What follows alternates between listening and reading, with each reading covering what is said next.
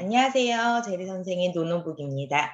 오늘 소개해드릴 책은요. 수레바퀴 아래서 헤르만 헤세 노벨 문학상을 탔고 데미안 아시죠? 시다르타. 네, 이 작가, 유명한 작가의 자서전 같은 소설입니다. 그래서 이 작가에 대해서 간단히 말씀드리고요. 소설의 3요소라고 하죠. 소설을 파악하기 위해서는 인물, 사건, 배경을 알아야겠지요. 그 다음은 마지막 제리 선생이 마음이 와닿았던 인상적인 구절을 말씀드리겠습니다. 지난주 이 책을 읽고 또 여운이 좀 길어요. 고전 문학의 힘인 것 같아요. 고전 문학은 좀 자기 개발서와는 다르게 읽고 나도 계속 잊혀지지 않고요. 그 장면들이 그리고 그 문장 하나하나가 머릿속을 자꾸 이렇게 맴도는 그런 문학의 힘, 예술의 힘을 좀 느끼고 있습니다. 네, 작가 헤르만 헤세예요. 헤르만 헤세 궁금하시면 저는 지금 블로그에도 다 글은 올리긴 했거든요. 블로그의 글이 아무래도 더 자세히 내용, 줄거리 요약하면서 더 자세히 풀어서 썼고요. 지금은 간단히 그냥 싱크와이즈 이 마인드맵으로만 간단히 보여드리는데 혹시 궁금하시다면 제가 블로그 링크 밑에 해드릴게요. 블로그의 글로 보셔도 됩니다. 네, 헤르만 헤세 작가는요. 1877년 7월 2일생이고요. 독일에서 태어났는데 뭔가 이 시대적으로 복잡하던 시대여서 그런지 러시아 국적을 가졌었고 스위스 국적도 가졌었어요. 그래서 신학교 진학하면서 다시 여기 있는 국적들을 포기하고요.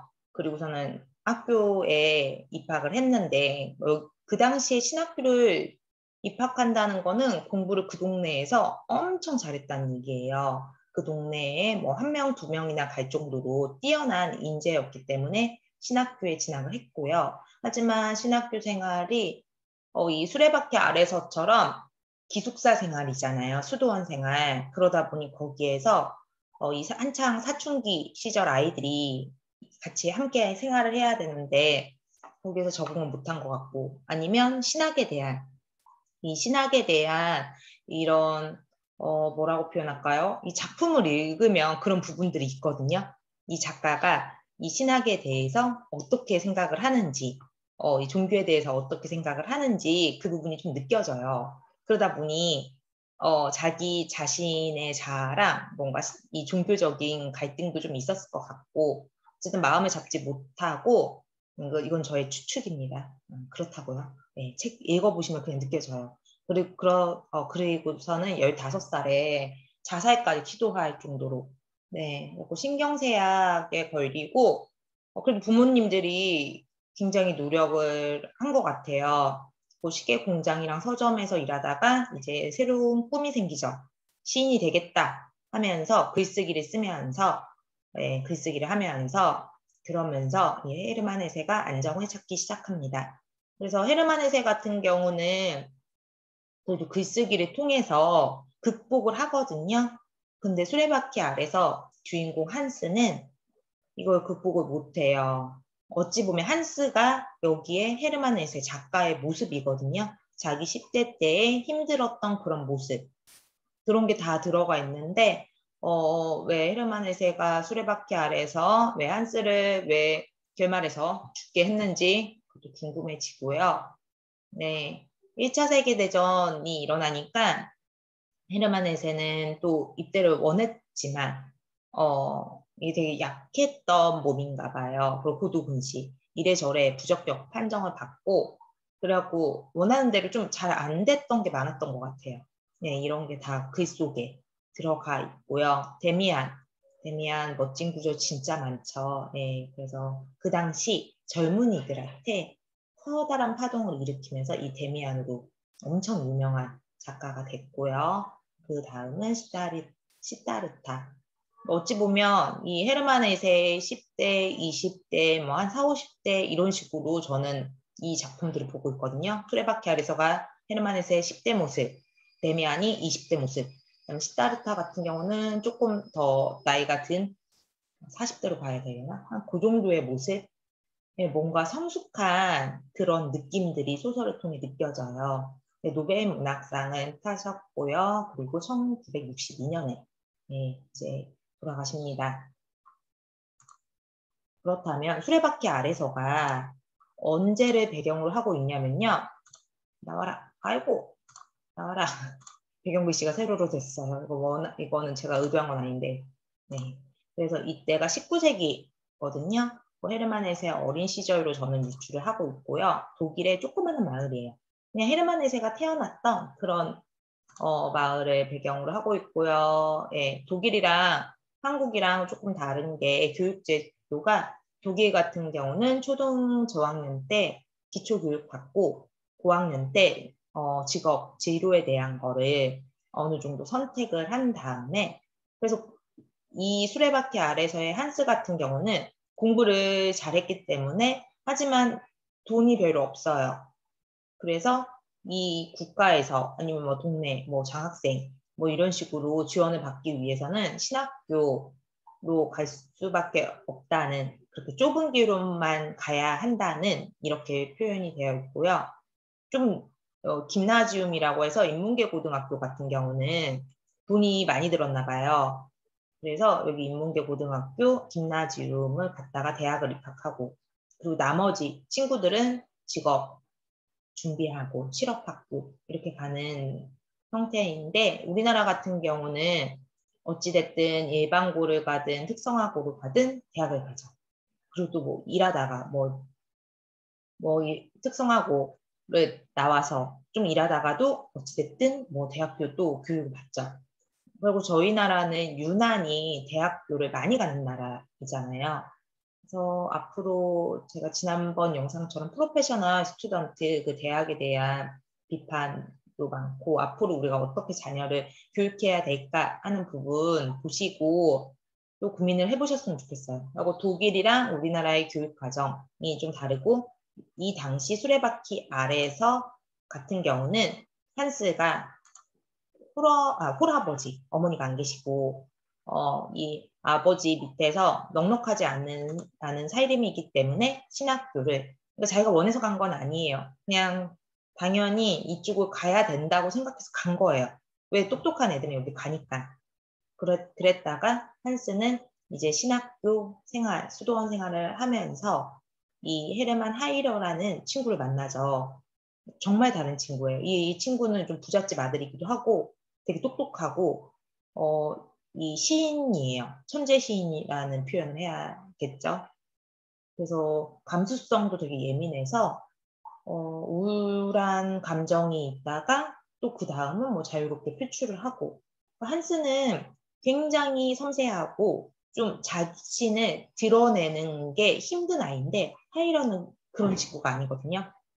네, 이 친구를 만나면서 한스가 자기 자신에 있는 속에 있는 자아가 조금씩 일어나는 거죠. 또 하이러 같은 경우는 대놓고 한스한테 막 그런 얘기를 하거든요. 넌 네가 원해서 공부를 하는 게 아니잖아.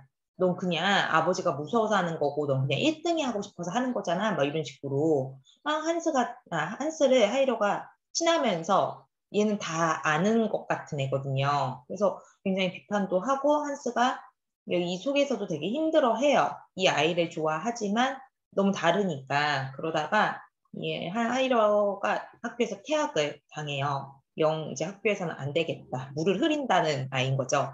더군다나 기숙사 생활에 이 분들은 졸업을 하면 목사님이나 교수님이 되셔야 하는데 이 자유분방한 예술가적인 천재 시인이 여기저기 막 활보하고 다니니까 학교 분위기가 아무래도 안 좋고 그 옆에 제일 친한 단짝 한스까지 미움을 사게 되고 그냥 학교에 못 남았어요. 굉장히 이제 심하게 신체적으로도 막 경련이 일어나고 멍하고 아무튼 몸이 마음대로 안 되는 상태까지 되죠. 근데 여기서 가장 어찌 보면은 바른 마음, 바른 소리를 해주는 사람이 프라이크라고 구두방 아저씨예요. 한스가 처음에 시험 공부 때문에 너무 힘들어하고 동네 사람들은 우리 동네를 빛낼 애라고 한스를 막 공부를 너무 다 시키고 교장 선생님 부르시고 뭐 목사님 부르시고 뭐 선생님 부르시고 말해서 공부를 너무 시키니까 프라이크 이 아저씨는 사람이었고 마지막 지혜를 좀 던져주는 그 작가가 올바른 인물로 설정한 사람이 아닐까 하는 생각이 듭니다. 네, 간단히 사건 사건이 이게 이 책이요. 소 제목이 있진 않아요. 그냥 1장, 2장, 3장, 4장, 또 수레바퀴 아래서 1장은 한스가 신학교 시험을 준비하고 이 시험을 보는 과정, 그리고 합격 통지를 받는 그 과정까지 1장이고 2장은 이제 신학교에 합격을 했으니까 그 전까지 이 자연 속에서 저희가 좀 준비하고 즐기고 하는 장면이 나오고요. 3장이 본격적으로 학교 들어가서 잠깐 네, 그래서 학교 들어가서 이 다양한 아이들을 만나고 파이러를 만나는 과정이 그려지고요. 그러다가 4장에서는 이 안에서도 4년 동안 이 수도원 생활에서도 죽는 아이가 생기기도 하고 스스로 나가는 아이, 퇴학당하는 아이 이런 아이들이 생기는데 그중에 파이러가 퇴학을 당하면서 한스가 힘들어하는 과정. 그래서 도저히 5장에서는 도저히 한스가 여기 수도원 생활을 할 수 없겠다고 교장 선생님도 판단을 하고 한스 또한 자신도 이제 다시는 신학교 못 가겠구나 하는 생각으로 이제 고향에 돌아옵니다. 고향에 돌아와서 한스가 좋아하는 자연의 치유를 받으려고 하는데 한스 상태가 너무 안 좋아요. 네, 그런 상황이고 6장 같은 경우 이 프라이크 구두방 아저씨네 이 조카인지 엠마라는 아이가 왔어요. 그 엠마라는 아이가 한스가 마음에 들었는지 잠깐 만나죠. 그 만나는 그 과정에서 그러고서는 말도 없이 떠나요. 근데 한스는 뭔가 이 사랑의 감정 아니면 성적으로 눈을 뜬 처음으로 이런 감정을 막 느끼는데 엠마 또한 그냥 떠나니까 그 뒤로는 더 마음이 힘들었을 것 같고요. 그리고 7장 같은 경우 이제 한스가 일을 배우려고 해요.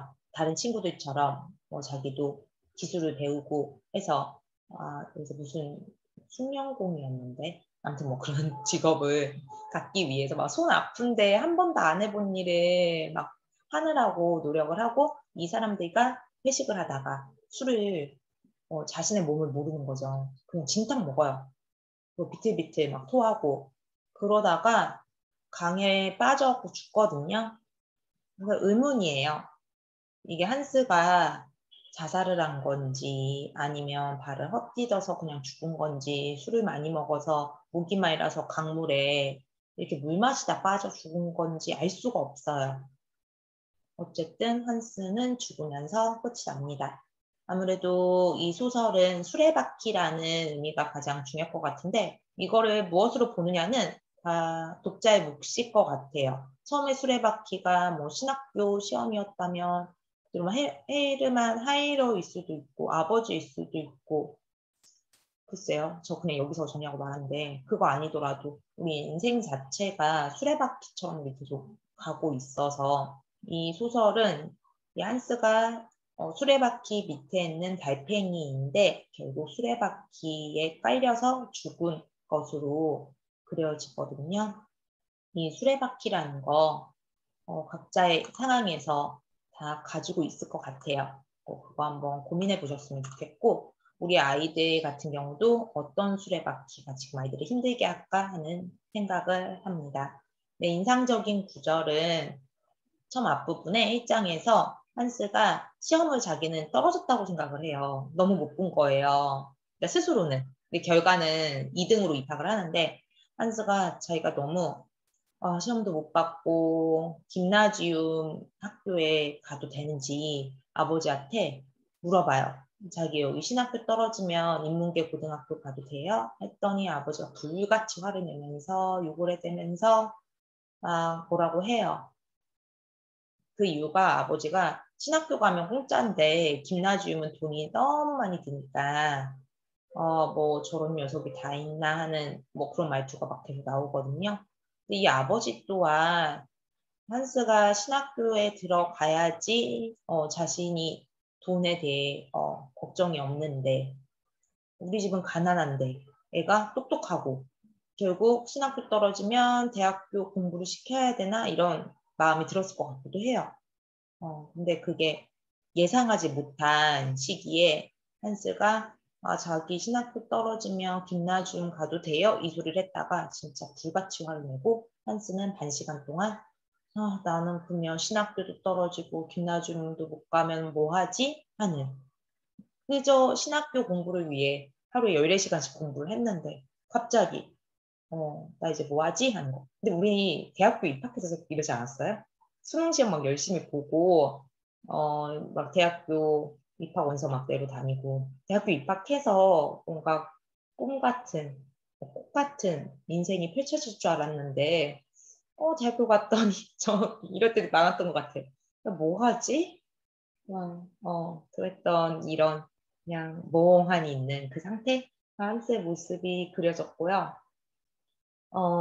여기 넘어가고 여기 이 규장 선생님이 한스가 하이로랑 어울리면서 예전부터 성적도 많이 떨어지고 행동도 보니까 별로 좋진 않으니까 그래서 부럽고 얘기하고 한스한테 격려하면서 아무튼 지치면 안 되네. 그렇지 않으면 수레바퀴 아래 빠이리고 말 테니까 라고 얘기를 하거든요. 이때까지만 해도 규장 선생님이 그래도 한스에 대한 애정이 조금이라도 남았을 때 얘기를 하거든요. 그래서 우리는 지치면 안 되나요? 선생님이 이 신학교 학생인 한스한테 우리는 공부할 게 많으니까 지치면 안 된다고 얘기하는데 이 당시에 이런 분위기일 수도 있고요. 아니면 지금도 고등학생들한테 이렇게 말을 해야 될까요? 어떻게 할까요? 예, 아무튼 지치면 안 되네 라고 얘기하면서 아니면 너 자네 진도도 못 쫓아가고 뭐 나중에 어떻게 하지도 못하고 막 이러면서 수레바퀴 아래 깔려고 만다. 글쎄요. 이렇게 말을 할 수밖에 없는 현실? 슬픈 게 100년이 지났어도 똑같다는 거? 고전 문학을 읽을 때 되게 씁쓸해지는 게 너무 지금도 우리는 지치면 안 되는 상태인가 하는 부분 때문에 우리 제목이 수레바퀴 아래서라서 이 뒷부분이 뒷부분 때문에 이 문장을 처음에 잡았다가 그 뒤로는 계속 지치면 안 되네 이 말이 맴돌더라고요. 그리고 마지막 한스가 죽었는데 이 피라이크 구두방 아저씨가 이 아버지 한스 아버지한테 어쩌면 우리도 그 아이한테 소홀했던 것이 많을 겁니다. 그렇지 않습니까? 라고 물어요. 그 아이 한스가 원했던 거 그걸 한스 또한 자신이 원하던 걸 잘 모르고 살았던 것 같고 주변 사람들도 그냥 이 아이가 똑똑하니까 너무 재능이 있으니까 이렇게 해야만 한다고 얘기를 했던 것 같아요. 네, 그래서 우리 지금 이 순간에 소홀한 게 있다면 좀 놓치지 않고 잘 현재를 살아가야 하지 않을까. 이런 우리 하루하루가 수레바퀴처럼 돌긴 돌죠. 인생 자체가 돌긴 하는데 그래도 잘 살아봐야겠죠. 네, 이렇게 제리 선생의 수레바퀴 아래서입니다. 참 여운이 많이 남는 소설이네요. 이런 헤르만 헷의 작품 안 읽으셨다면 그렇다면 꼭 데미안이랑 시다르타 읽어보시길 추천합니다. 네, 지금까지 문우북 제리 선생이었습니다. 오늘도 우리는 성장하는 중입니다. 구독, 좋아요, 댓글 부탁드려요. 꼭 마무리 뭐라고 할지 네, 이렇게 네, 오늘 영상 마치겠습니다. 감사합니다.